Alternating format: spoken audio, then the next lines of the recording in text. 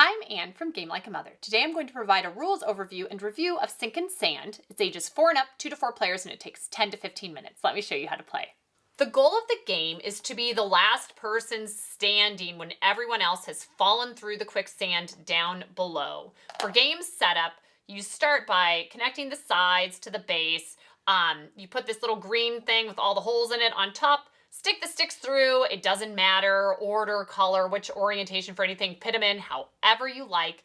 You put all of the kinetic sand on the top, and then you're going to put the jewel in. It's supposed to be hidden in here, and you cover it up with the sand. And then the trickiest bit for young kids, and sometimes for adults, is you push down, and you're making an imprint on the top that is supposed to show all of the different jewels. Okay, that went pretty well. That is good enough for the game. Then each player takes turn rolling the die, and that determines where they're going to start. So we'll say orange got this, so they need to start in this corner. They each take turns. Oh, there's another spot that's like that. So this person would be here. So you keep on rolling the die, you put them in securely. We'll say this person rolled the die and got there. This person got here.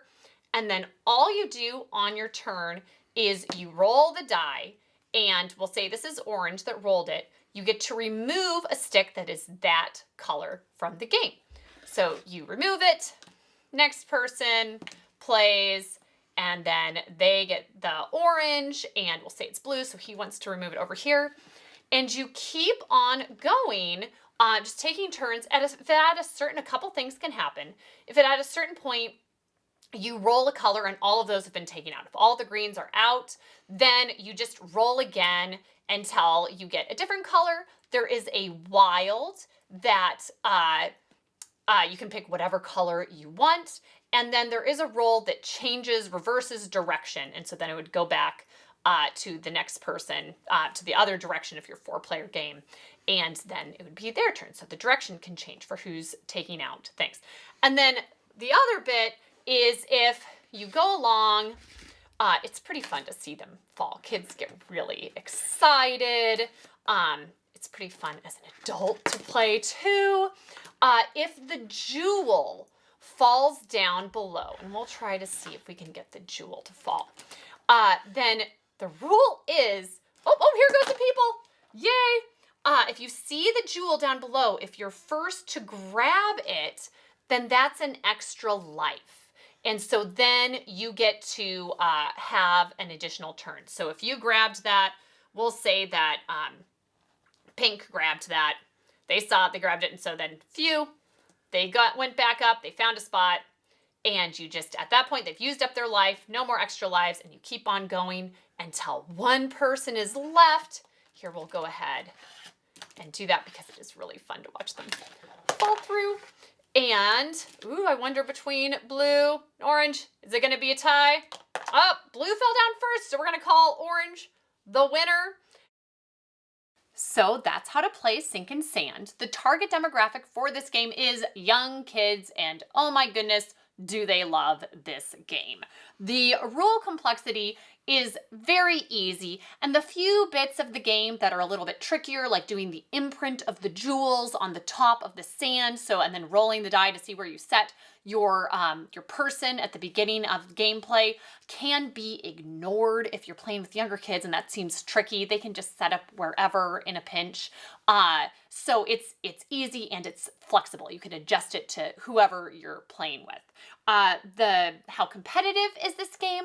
It's medium. There's only one winner, and you really don't want your person to fall through the quicksand down below. But the process of playing it is so fun and it's so quick that it seems like kids do pretty well. The one thing is the jewel, where if it falls down below into the sand, according to the rules, the first person to grab it gets the extra life.